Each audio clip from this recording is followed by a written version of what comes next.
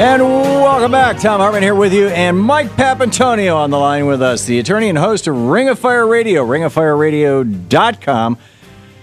Hey, Pap, how you doing? Tom, how are you? I love your cat burglar story. Cat burglar story? Yeah. Oh, in the news. Yeah. Yeah. Yes, it's a hoot. I've been ranting about the NSA, 16 Ways to Sunday, this whole thing for the last... I don't know how long, I guess since the weekend, since this thing broke. Yeah. And I'm guessing you probably pretty much know my take on it. I'm curious yours. Well, I mean, there's so many parts to the story, Tom. One thing that I have to remind myself is, just like you, I'm covering this story a lot. And I have to remind myself that this is the kind of story that you need to cover a lot. And then, just as you think you've covered it too much, you need to cover it some more. That's my. It's taken. I've really had to give some serious thought to that, because you're thinking, okay, you're out there with this every day. You're given a new variation of the story every day. Is it too much? It is not too much. It's kind of like that notion. Just when you think it's too much, push ahead.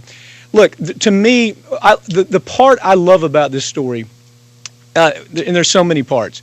But the idea that the American public might understand finally that this is corporate America involved in doing this. This is the Palantir organization, for example, or the A.H.B. Gary or the Booz Allen Hamilton. Those are all private corporations that have a quasi-relationship with the government. Now, what people miss, Tom, is that Palantir, for example, this story, Lee Fong tells an incredible story, and Greenwald told the story also, about the time that the Chamber of Commerce was using Palantir to target just a whole host of people, the SEIU, the UFW, Change to Win, the AFL-CIO, but they were doing that in a quasi-governmental relationship. The Chamber of Commerce had met with Palantir, and they said, we have some targets. We want you to go after MoveOn.org. We want you to go after Glenn Greenwald. And we're going to pay you to do things like creating false documents, raiding their computer system, creating false personas, hacking into their families' computers, their children's computers. The only way that was discovered was by Anonymous. Anonymous found out about it, released all the documents, thousands of documents. They found that Hunton and Williams, no surprise here, the defense firm of the corporate, I hate to use the word defense firm. What they're the corporate, this is a corporate gaggle of lawyers that do everything corporate America wants them to do.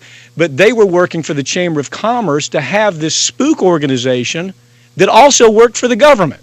And so people are, I think now, finally landing on how important this is. This isn't one of those stories where you just say, you know, gee whiz, I'm not a terrorist, I'm not doing anything wrong, there's nothing that I have to hide. If you're doing that, if somebody is following the story is doing that, it is the most supremely selfish position you could possibly take, because this is not about you. This is about the next generation. This is a generation that was able to benefit by the Fourth Amendment, by the Constitution. We were able to benefit by that. And so now to say this doesn't matter because I'm not affected, it's the same thing as saying climate change doesn't matter because I'm not affected today. What about the next generation? Yeah. The point that I made in my rant today and in an op-ed that we published over at Truth Out is that under the Digital Millennium Copyright Act, if you have forwarded a cute little kitty photo that you got in email from somebody to your mother or your brother-in-law or something, and it's a copyrighted photo, or obviously shared a song or a movie or TV or anything like that, right. You have committed a crime for which you can go to jail for up to 5 years, mm-hmm. and have a $250,000 fine, and if the government knows everything that everybody's done. This is how China. This is one of the ways that China locks people down. You can only leave your community with the permission of the local police department. Yet nobody ever gets that permission. So pretty much everybody's a criminal. So anytime they want to bust somebody, it's like, okay, and now if everybody has broken the law, then the selective enforcement becomes the instrument of tyranny. Your thoughts on that? Well, it does. First of all, we have to. You have to understand. I mean, most people don't understand exactly what you just said. They kind of hear the peripheral of this story. Let me bring it home. Okay, I'm a jazz saxophone player. You know, that's something I do. I play jazz saxophone. So I was interested in a couple of arrangements that Chet Baker had done on his trumpet. I go in and I start searching Chet Baker. I find some specific songs, some specific music. And okay, so I get it. And then within 3 days, Chet Baker is showing up on every search I make, whether it's my iPad, whether it's my phone, whatever it is. Right. Now, to land that is the very edge. That's what they're showing us. That's what corporate America, and this is a corporate America story. That's only what they're showing us. Right. And the difference between corporate America and government is that corporate America does not have the power to show up at your house with a gun and say, we are going to put you in jail for downloading a Chet Baker song that was copyrighted and you didn't pay for. Right. Right.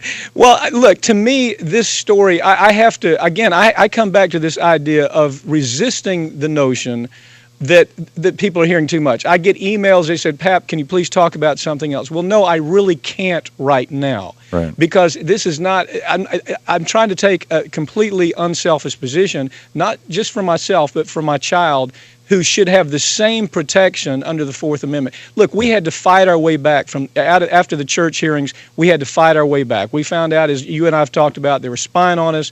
Journalists, feminists, environmentalists, Martin Luther King, Malcolm X, they were spying on them, following them, had pictures, threatening them, all types of ugly conduct taking place. 40 years later, not only are they doing that, they're empowered to do these things. And somebody's saying, well, you know, the information they're getting is just a telephone number. We don't know that. We don't know what in the hell Roger Vinson signed, the judge that signed the 215 permission to extend this search with Verizon. We don't know what they were given. We don't know how extensive it is. We only know the tip of the iceberg. We do know this. We do know that the people, the NSA, who we're counting on to do the right thing, those are the same people who lied us into Iraq. Those are the same people who intentionally gave us bad information and got us involved in one of the worst wars that we've seen in decades, a disaster. So there are things that we know that should cause us to say, I want to know more about this story. And hopefully that's what I hope the American public holds on and says, no, this is not one of those deals that's overkilled at all. Yeah, absolutely. In fact, the question, it wasn't Tacitus. It was somebody of that era, though, one of the old Roman or Greek guy who said, who will watch the watchers? You know? And it's like in a democracy, the whole constitutional thing that we set up is that we watch the watchers. Tom, are you seeing the edge of the story that's going right to Wall Street? No. Palantir. Well, here it is. Palantir, for example. If you look at who the people are behind Palantir, they're the John Poindexter group. It's the Brian Cunningham group. It's the same people who have always been in government who now have moved into the private sector. Now, their relationship with Wall Street is they get their money from Wall Street to launch these things like Palantir or H.G. Gary. So they give Wall Street is in up to their eyeballs in this because they see it as a new frontier to make a lot of money. It kind of raises the question, why is this administration so willing to protect Wall Street? And you start looking further and further. You look at some of this great work that's done by people like Lee Fong or Glenn Greenwald. There's so many of them that are tracing that money, and it's becoming more and more evident. Lee was on the show the other day. He said it looks like 70% of all the national security work now has been outsourced to these companies. Yes. That's mind-boggling. Mike Papantonio, Ring of Fire Radio, ringofireradio.com. Check it out. Mike, thanks so much for being with us today. Thank you, Tom. Great having you on, Pap. We'll be back.